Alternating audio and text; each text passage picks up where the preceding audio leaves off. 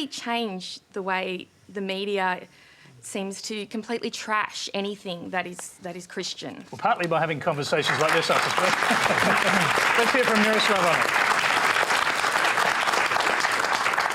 You know, obviously, I'm not going to endorse media trashing Christianity. I don't know very well Australian situation, but I can tell you, I grew up in a society that was radically secular, that was completely in the domination of the Communist Party, and the whole media was kind of education media. Whole government was shaped from that perspective.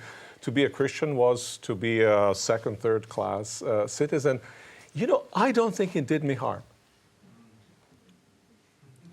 I think it's a good thing. Apart from when they tortured you, of course.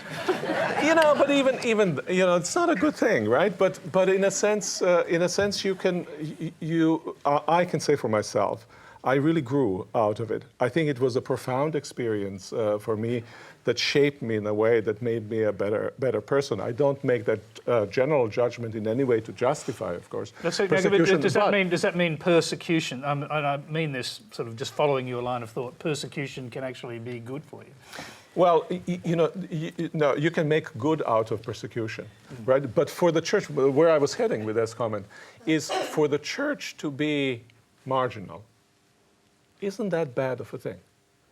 Church was born as a marginal institution. For many centuries, it stayed as a marginal institution. And I think if we are detached from power, we can see things much more clearly. We can project authentic Christian vision much better. I think it's healthy for the church to learn how to live from the margins and contribute from the margins to the well-being of society. Let's hear Billy on that. Well, I was just thinking, if you feel persecuted as a Christian, you should try being a socialist. If you want to, sort of. And in some ways,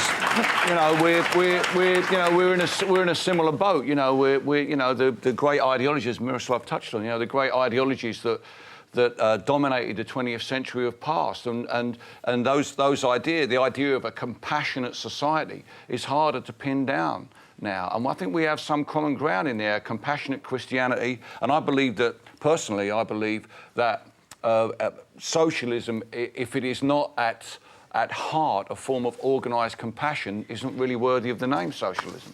So I think there is some common ground to be found between the sort of compassionate Christianity that you're talking about and what we're trying to do for a fairer society.